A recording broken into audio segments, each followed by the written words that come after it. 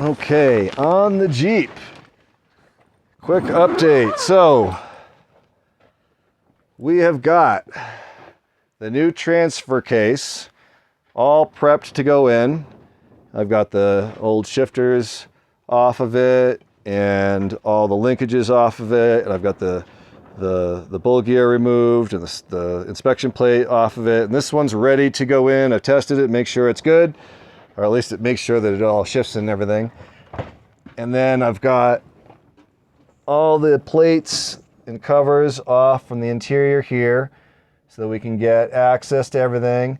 I've also removed the clutch linkage that goes onto the side of the transfer case, and I've removed the drive shaft on the front and on the back and everything extraneous. I still have to take the inspection plate off the back of it and get the bull gear off, and then I can remove the mounting bolt for the cross member and then the bolts that hold the transfer case onto the transmission. So that is just about ready to come out, and once that's done, we can get the Jeep out of the garage and get the Opel GT in the garage.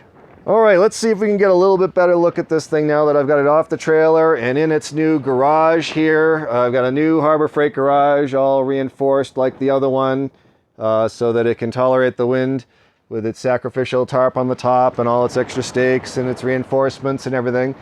So we've got our 69 Opel GT in the garage, and I just want to go through and take a look at some of the stuff that needs to be addressed on this thing. So obviously in the front here, somebody's done this to the bumper and cut the ends of it off for some unknown reason. So I'm going to do that. I'm going to change the bumper out. We've got a little bit of body work here and there. So I've got some Bondo obvious right here. This is pretty thick, so who knows what it looks like under there.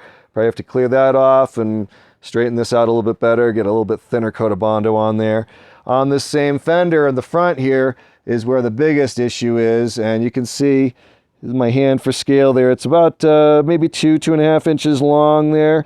This is generally the spot where you see this kind of thing on an Opel GT. This is where they tend to rot the most. But around here, it seems like the rest of the metal is pretty solid, and with the little rocker panel covers off, there's not much in the way of rust under there either. So it looks like this is the worst spot for me to address, so that shouldn't be too bad. We'll fix that.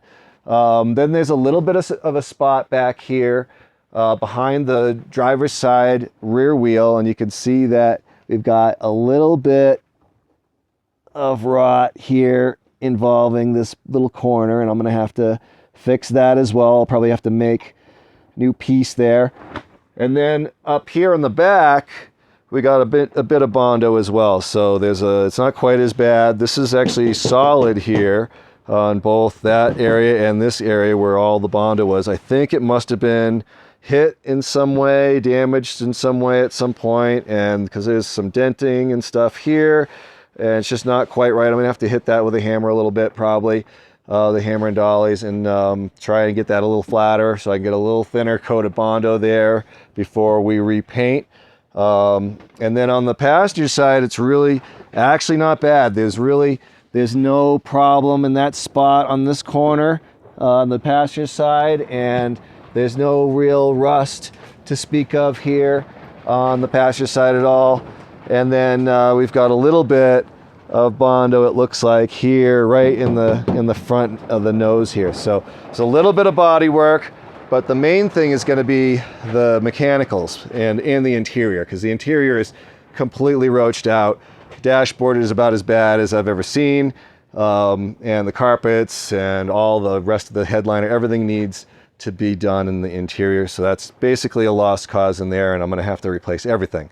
The engine supposedly rebuilt before it was put in, but then it was put in kind of halfway, so it's kind of an unknown. So I'm going to have to do a little bit of investigation on the engine. I got a borescope I'm going to use to look inside a little bit to kind of be sure that this engine is worthwhile before proceeding, but it looks like they've certainly intended to get it going. It's got brand new distributor cap, rotor, and points and condenser and everything, and the wiring looks brand new, so it looks like they were getting ready to get it running, but I don't know I don't know what stopped them. So that's the question. Have put a wrench on the front pulley, and the engine does turn, so it's not locked up. So keeping my fingers crossed that the engine's going to be okay and we're going to get it going. But it was installed just kind of partially. There's a bunch of stuff not hooked up. Doesn't have fuel lines. Doesn't have coolant lines. Doesn't have the clutch hooked up.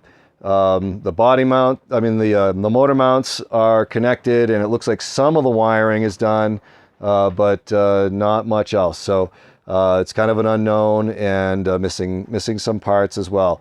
But I do have a parts car that has pretty much everything I'm going to need, except for some of the interior parts that I'm going to replace brand new, and some of the other wearable parts that are going to be replaced. But let's go take a look at the parts car now. Okay, so here we have our 1969 Opel GT parts car, and this is the body is in rough shape, and you can kind of see all over it that there's body work been done, and the spot where it had the rot hole on the other car is a big repair here, and underneath it's quite rotted as well. So this one's the parts car, has a complete drivetrain in it, and clearly has the bumper I need in front. She's very pretty in yellow. And the interior has already given up quite a few parts to the cause. So let's go take a look at what I've already salvaged.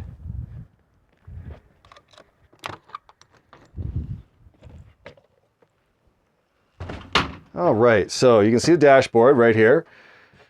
And this one's in better shape. It's not in great shape, clearly. It's all cracked. But these are cracks I can deal with. This isn't completely roached out like that other one is.